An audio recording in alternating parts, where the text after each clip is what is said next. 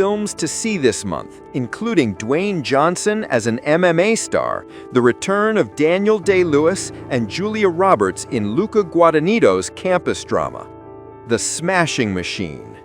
Dwayne Johnson is synonymous with mega-budget blockbusters, but he gets to prove himself as a serious actor in The Smashing Machine, a brooding indie biopic written and directed by Benny Safdie, the co-director of Good Time and Uncut Gems.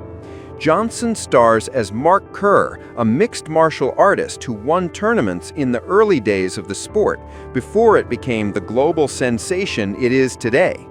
As much as he revels in punching and kicking his opponents to a bloody pulp, the bouts take their toll on his physical and mental health, and he is soon fighting addiction as well as fighting other people. Emily Blunt co-stars as Kerr's girlfriend.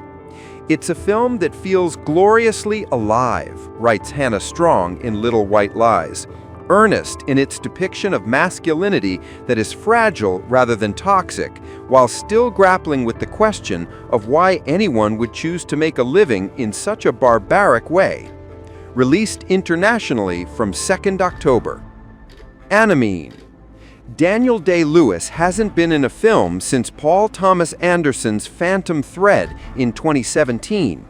He announced his retirement from the profession that same year, but luckily for us, the most acclaimed screen actor of his generation has been lured back into the film business by the prospect of working with his son, Ronan Day-Lewis.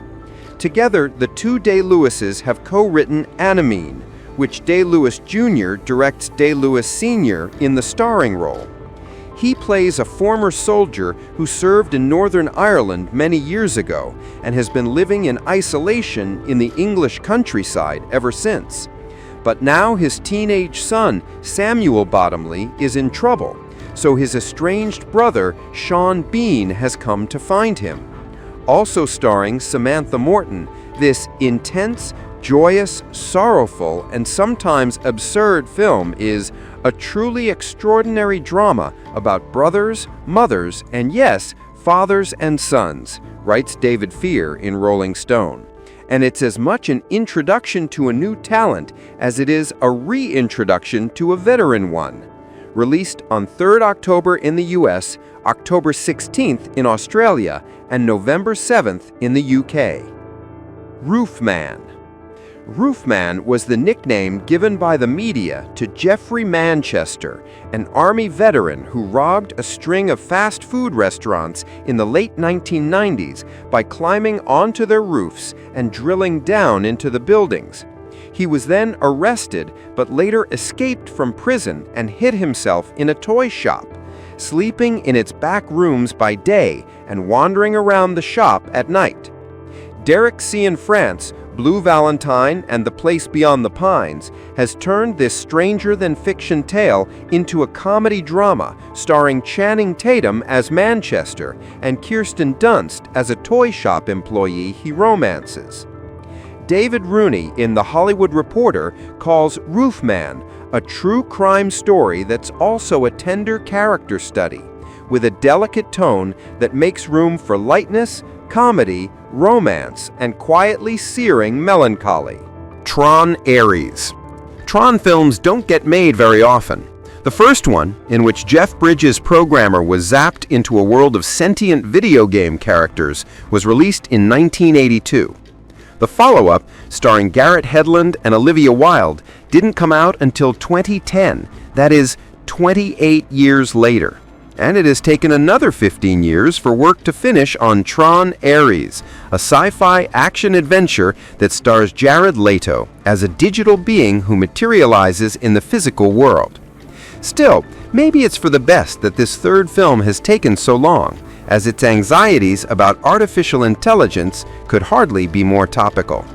The interesting thing is that with each year that has passed, the idea actually becomes more relevant, the film's producer, Justin Springer, told comicbook.com. This concept for a movie is more in the zeitgeist than it's ever been, and, technologically, we'll be able to do a better job now than we would have 10 years ago. Released internationally from 8th October. John Candy, I Like Me. John Candy was in more than 30 films, including Uncle Buck and Planes, Trains, and Automobiles, before he died of a heart attack in 1994 when he was just 43. His co-stars loved him just as much as viewers did, which is why so many of those co-stars appear in this documentary directed by Colin Hanks, as well as the director's dad, Tom Hanks. The actors who reminisce fondly about the Canadian comedian include Bill Murray, Dan Aykroyd, Steve Martin, Martin Short, Catherine O'Hara, Eugene Levy, and Macaulay Culkin, who saw him as a much-needed father figure. It's a sincere love fest, warm without being cloying, writes Biandria Julai in IndieWire. If you already love John Candy, this doc will make you love him even more. If you were born after his time, it will be a lovely introduction. After the Hunt. 25 years after Julia Roberts won a Best Actress Oscar for Erin Brockovich, don't be surprised if she wins another for After the Hunt, a campus drama directed by Luca Guadagnino. Roberts and Andrew Garfield play Alma and Hank, two philosophy professors at Yale University. They both expect to be promoted shortly, assuming nothing goes awry in their department. So when Alma's favorite student, Ayo Edebari, alleges that Hank has assaulted her, she isn't sure how to react. The film broaches every thorny topic of interest in today's climate: cancel culture, consent, institutional misogyny, and racism, writes Ina Murray in The Skinny. Roberts is superb in one of her best roles in years, masking vulnerability behind an intimidating wall that renders her unreadable. It's apt for a film concerned with the corrosive power of secrets and the stories we tell about ourselves. Kiss of the Spider-Woman. Nothing to do with Marvel's Spider-Man franchise, Kiss of the Spider-Woman is adapted from Kander and Ebb's Tony-winning stage musical, which was in turn adapted from the 1985 film and Manuel Puig's 1976 novel. Most of it is set within the walls of a grubby prison cell in 1983, when Argentina was in the hands of a military dictatorship. Diego Luna plays Valentin, an activist who refuses to name his comrades. Tonatiuh plays Molina, his cellmate, who has been instructed to wheedle Valentin's secrets out of him. To pass the time and to win Valentin's trust, Molina tells him about his favorite film. And so we see scenes from a glamorous Hollywood musical starring a big-screen diva played by Jennifer Lopez. Peter de Bruges writes in Variety that the latest iteration of Kiss of the Spider-Woman has been stunningly crafted by Bill Condon, the director of Dreamgirls and Disney's live-action Beauty and the Beast. Bleak as it may sound, the musical finds rare shards of light and an unlikely connection in the most despairing of places. Released on 10th October in the US. If I Had Legs, I'd Kick You.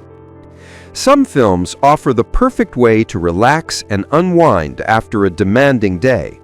And then there is If I Had Legs, I'd Kick You, a film so relentlessly stressful that, according to Chase Hutchinson in The Wrap, it feels like a panic attack playing out over nearly 2 hours.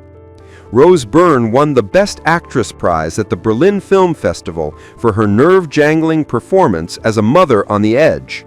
Her daughter is ill, faulty plumbing is wrecking her apartment, her absent husband, Christian Slater, keeps shouting at her on the phone, and her therapist, Conan O'Brien, is only making matters worse. Mary Braunstein's black comedy is as witheringly funny as it is disquieting, says Hutchinson. The way it sweeps you up in the overwhelming cacophony of motherhood, loneliness, and life's frequently absurd anguish is an astounding achievement.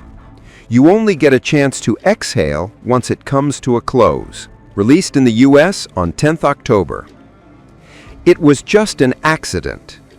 Jafar Panahi's films are so boldly critical of Iran's regime that he has been imprisoned and banned from filmmaking, but miraculously, he has never stopped working. And he is still at the peak of his powers, as It Was Just an Accident demonstrates. The winner of the Palme d'Or at this year's Cannes Film Festival, This farcical yet humane and deadly serious caper focuses on Vahid, a mechanic who is convinced that one of his customers, Ibrahim Azizi, is the man who tortured him in prison. He wants to take his revenge, but because he was blindfolded while in custody, how can he be sure that he has found the right man? Tamiris Lafley says in Elle, initially a revenge thriller, then an expansive and dignified interrogation of notions like vengeance, forgiveness, morality, and closure. This year's deserving Palme d'Or winner makes an exquisite case for grabbing onto our humanity for dear life, whatever the circumstances might be. Released on 15th October in the U.S. Bugonia. Yorgos Lanthimos and Emma Stone, the respective director and star of The Favorite, Poor Things, and Kinds of Kindness, team up again in Bugonia for another twisted and sometimes gruesome comedy, this one a remake of a South Korean film, Save the Green Planet, 2003. Stone plays the poised and polished CEO of a pharmaceutical firm that has mistreated its employees. One of those employees, Jesse Plemons, abducts her and locks her in his basement, so she assumes that he is angry about his working conditions. But there is more to the kidnapping than that. He is convinced that the CEO is actually an alien race that has been monitoring the Earth.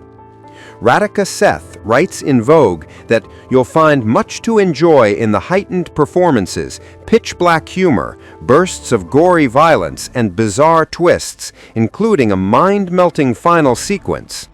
Across a tumultuous, sometimes bumpy 2 hours, it's quite the ride.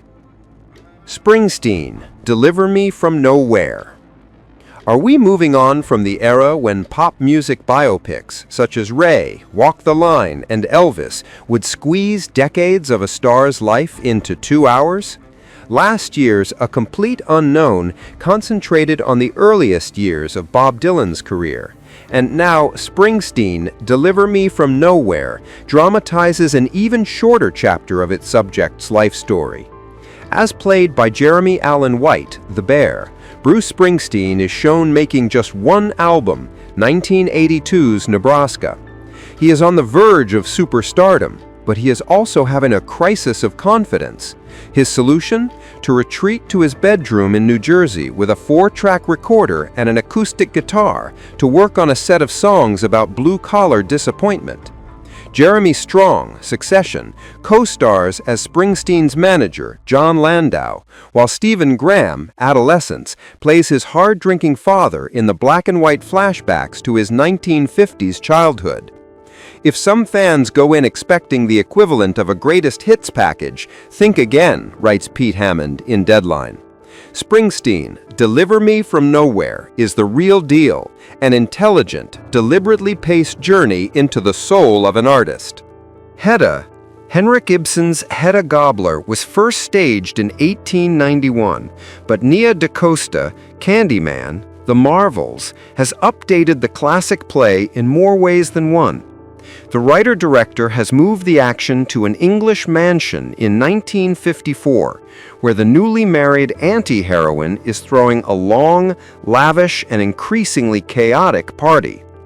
Two other key changes to the text are that the title character, played by Tessa Thompson, is now a black woman in a predominantly white environment, and her ex-lover is now a woman, Nina Hoss.